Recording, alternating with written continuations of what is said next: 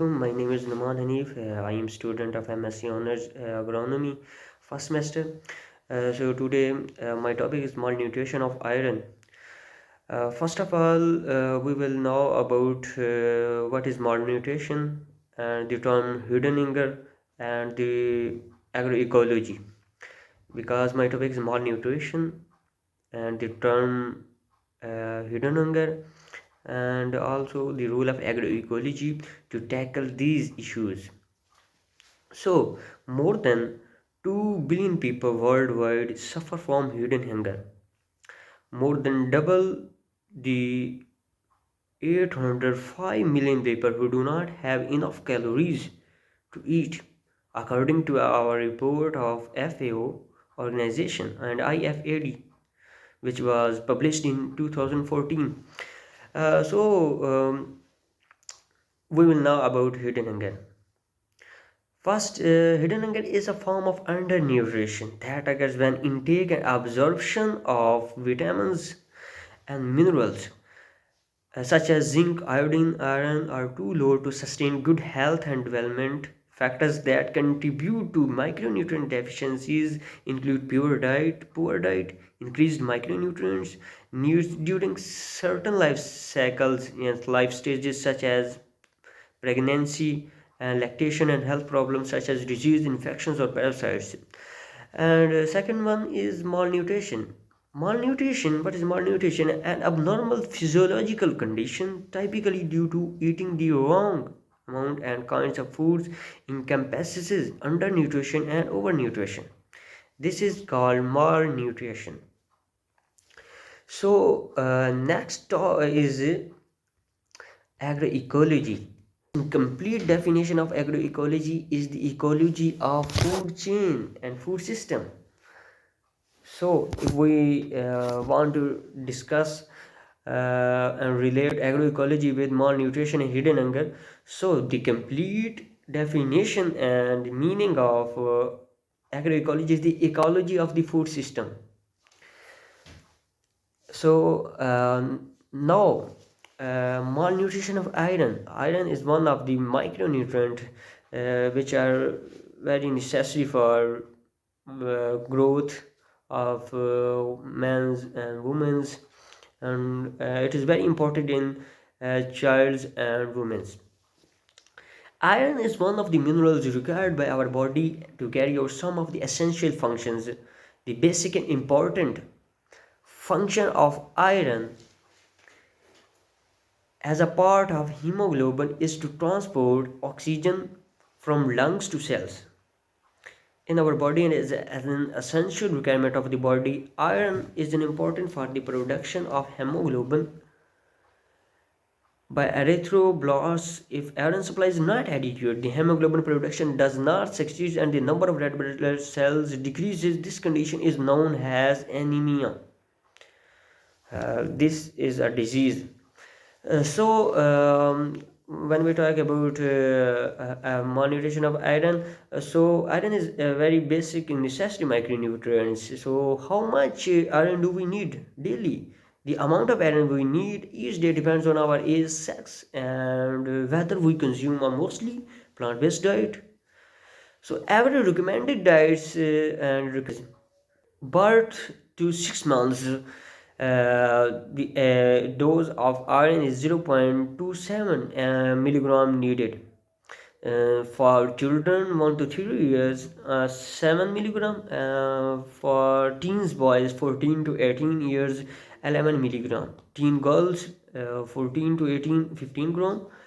And so adult men and women average is 18 milligram, approximately 20 milligram, 18 in between. Sharing in Oceania and Europe and American and mostly in African countries, the iron deficiency anemia is very high, and mostly in developing countries the macronutrient deficiency is very high.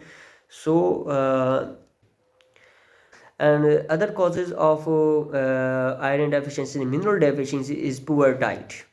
And the second one is what people eat depends on many factors including relative prices preferences shaped by culture, peer pressure, and geological, environmental, and seasonal factors.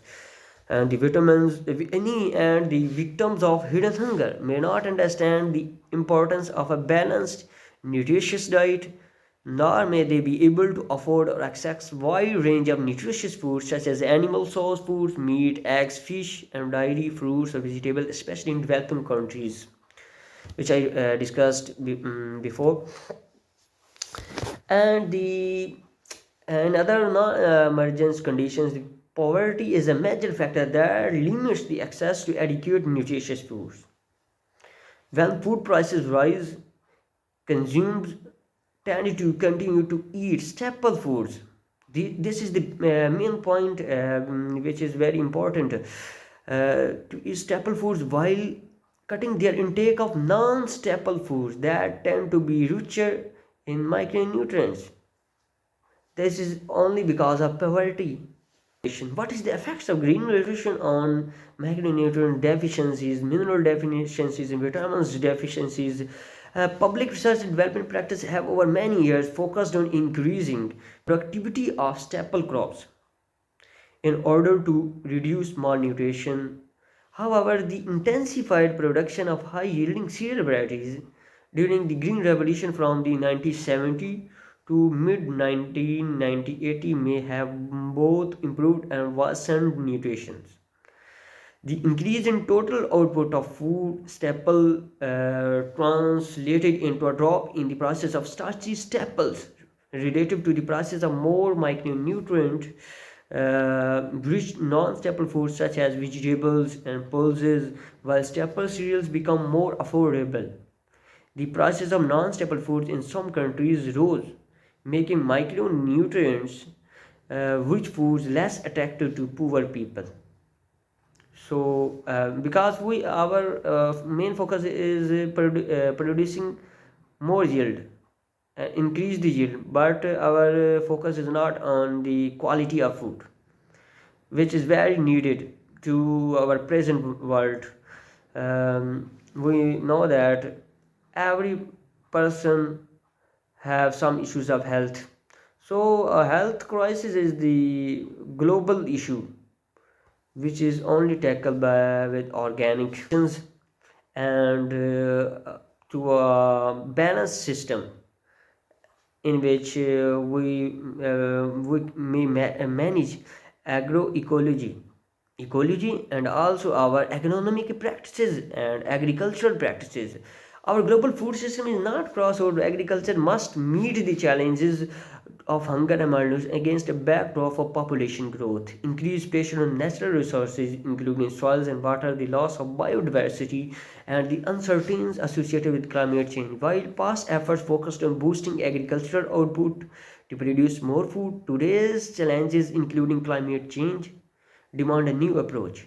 It has the explicit goal of transforming food system towards sustainability, such that there is a balance between ecological soundness, economic viability, and social justice. Our current globalized and industrialized food system does not provide convincing evidence that it is sustainable in any of the three aspects of sustainability: economic, social, and the role of agroecology, how we can manage our agroecology to combat hidden and malnutrition of iron deficiency. Agroecology offers the possibility of win-win solution. By building synergies, agroecology can increase food production and food and nutrition security while restoring the ecosystem services and biodiversity that are essential for sustainable agricultural production. I firmly believe that agroecology can play an important role in building resilience and adapting to climate change. The transition processes required can be complex, requiring changes in field practices, day-to-day management of the farming operations, planning, marketing, and philosophy. The following some of the principles which I am discussing, is the shift from through flow nutrient management to a nutrient recycling model, with increased dependence on natural processes such as biological nitrogen fixation and mycorrhizal relationships, and redesign the agro ecosystem so that it functions on the basis of new set of ecological processes, and re-establish more direct connection between those who grow the food and who consume it. This is very important point, uh, because all other point have some science, and they, but the last point is re-establish a more direct connection. This is referred to a social justice and a social communication and delivering of knowledge and importance of the micronutrients, lot of factors which passes in. And last is solutions. What is the solution to hidden hunger? uh, is diversifying diets, fortifying commercial foods by fortification is also what is very important and effective technique to tackle hidden hunger and malnutrition and supplementation. Looking ahead, these are the thing, a range of intervention needed to solve the complex problems of hidden hunger to sustainability. Tackle the underlying causes will require a multi sectoral approach as national and international levels. National governments must take a cohesive approach to confronting hidden hunger and deficiencies of iron and other vitamins. When all ministries, including agriculture, health and development, education, and those handling regulatory affairs, from a united front to improve food and nutrition security, will government truly have a chance of succeeding. The scaling of nutrition movement offers a model for cross-sectoral collaboration, bringing people and resources together at the national level to improve nutrition. So, this is my little discussion about malnutrition of iron, hidden hunger, and agroecology.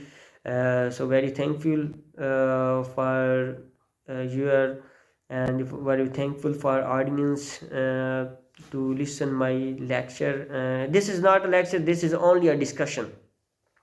So you can, if I'm wrong in any of my point, so you can comment me in my inbox on my YouTube channel.